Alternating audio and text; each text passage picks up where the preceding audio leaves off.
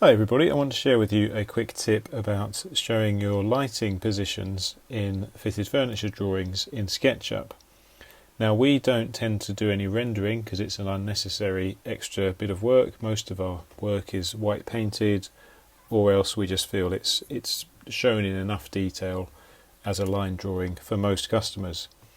So showing the positions of lighting has been a bit of an issue until I was chatting this through with a chap called Tristan Tito, who runs Empatica Fitted Furniture down in London, and he showed me this method which he uses.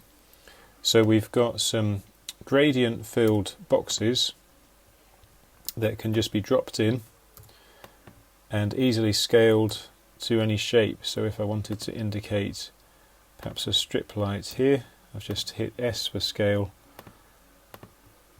I've put it on the front of the opening there, and straight away you get a great indication that there would be a light there. I'm just going to undo that. Now creating these is quite easy. The way I did it was with a piece of software called Inkscape, which is a free vector drawing software. I think there are lots of other drawing packages you could do this with. You just need to be able to create a gradient fill. So I'm drawing a box.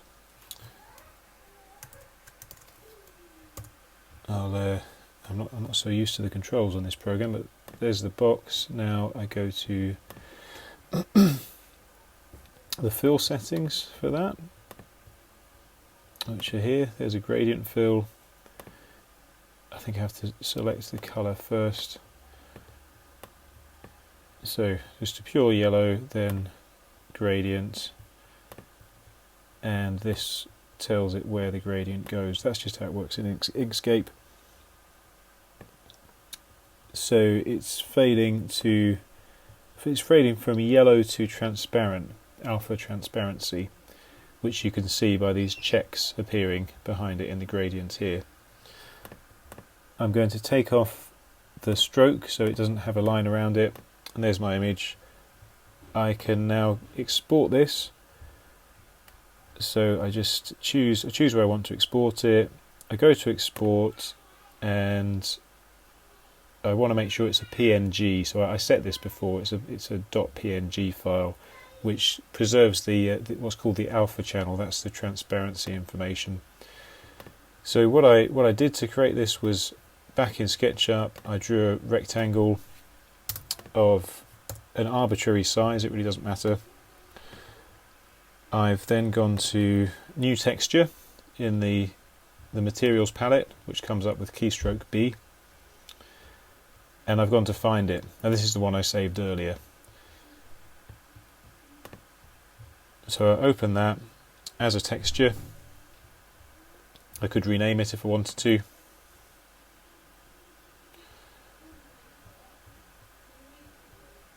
So that's come into the materials palette. So I can now click on that and fill that into the box here. Now that doesn't look right for two reasons. One is that it's on another surface and it has a sort of zero thickness. So I've pulled it off the surface so it displays right. It doesn't mix with the colour of the other surface. The other issue that we've got is the scaling of the thing. So whilst selecting the surface, and this isn't grouped or anything yet, I can go to texture and position, and now I'm seeing this is the actual size of the texture, which is bigger than the rectangle I've drawn and is scaled bigger than it. So I've just taken the move handle, and now I can take the, no, that's not the right one, is it? Right, that's to scale or shear. Yes, so that'll do. That's encompassing yellow to transparent within the box I've drawn. So enter. Yes, enter's the right one. Now that if I now scale this item, that texture will scale. It won't sort of start to cover the tiled texture that you saw there. It will scale the texture, so the texture will remain in position on that surface, however you scale the surface. Now I'm just selecting the edges. And the easiest way to do that is double click, which selects any edges connected to the face that you double click, and then shift click to deselect the face. So I have just the edges selected, and I can now go to edit and hide. So those edges are hidden, and I've just got this wash of colour. Looks like possibly I could have just chopped off a little bit of the repeating fill there, so I can do that by just bringing another line across, chopping that bottom off.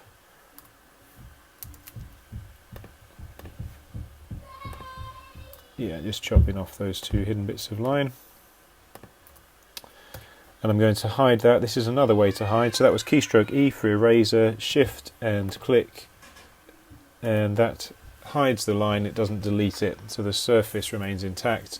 I've turned on view hidden geometry, so you're seeing the lines as dotted lines. I'll turn that off now, and we just have our surface. Yes, that has worked. Now I'm going to make a group of that. I think it might be best that I group that while I see hidden geometry, so make sure that's captured. Make a group and turn off hidden geometry because I'm disappearing into a hidden wall. Now I have my light wash, which I can just move to wherever I want it.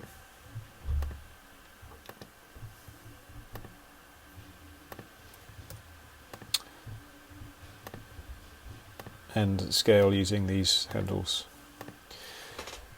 I think on the previous one I'd forgotten I must have changed the opacity of the fill a little bit. So I would have gone to the fill here and just taken it down on the opacity, and again I think I'd have to click into that new one. So there's my altered fill with the reduced opacity. Refill that. It's just running a little bit slowly. There we go. That's maybe a bit too translucent, but you get the idea. Now the next step is you can save this as a component. Do you do that? Well, you have to make it a component, not a group. So I will just make that component. I could have done that before grouping it as well. And I could call that light wash faint. So that now is a component, and once it's a component, you can save it. That's okay with a non-default scale. And here is the folder where I last saved some components, so I could just save that there with these various lights that I've dropped in. Now this means that from any new model I can find it as an object and just drop it in. I do this by going to the component browser, finding that folder, which I think I'll have to navigate to this way, so it's open a local collection. Yeah, and that's coming up open. You might have to go through your file system to find wherever you saved it, but that's wanting to bring up that light folder because I used it recently. So there we go. These are the various ones that I already saved. So one I've not used in the model is this. This is actually an upwards one, so I just have to click on it, and I've set the insert point as the bottom left on that because I thought it would be most useful. So here I could, if I wanted, indicate some kind of uplight glow. I can just stretch it to however I want it. I did also experiment with just creating one with the same fill but in the shape of a spotlight. I was thinking that might work overlaid onto that, so you see the whole space filled but you get an indication that it's a spotlight. If you did want to change the insert point on an object like this, it's something you can do with components. That's the down lighting one. I'll just show you how you would do that. You'd right click on it or control click on the Mac, change axes, and you see that is where the axes are. So that's your 0 point of the component, which will always be the insert point.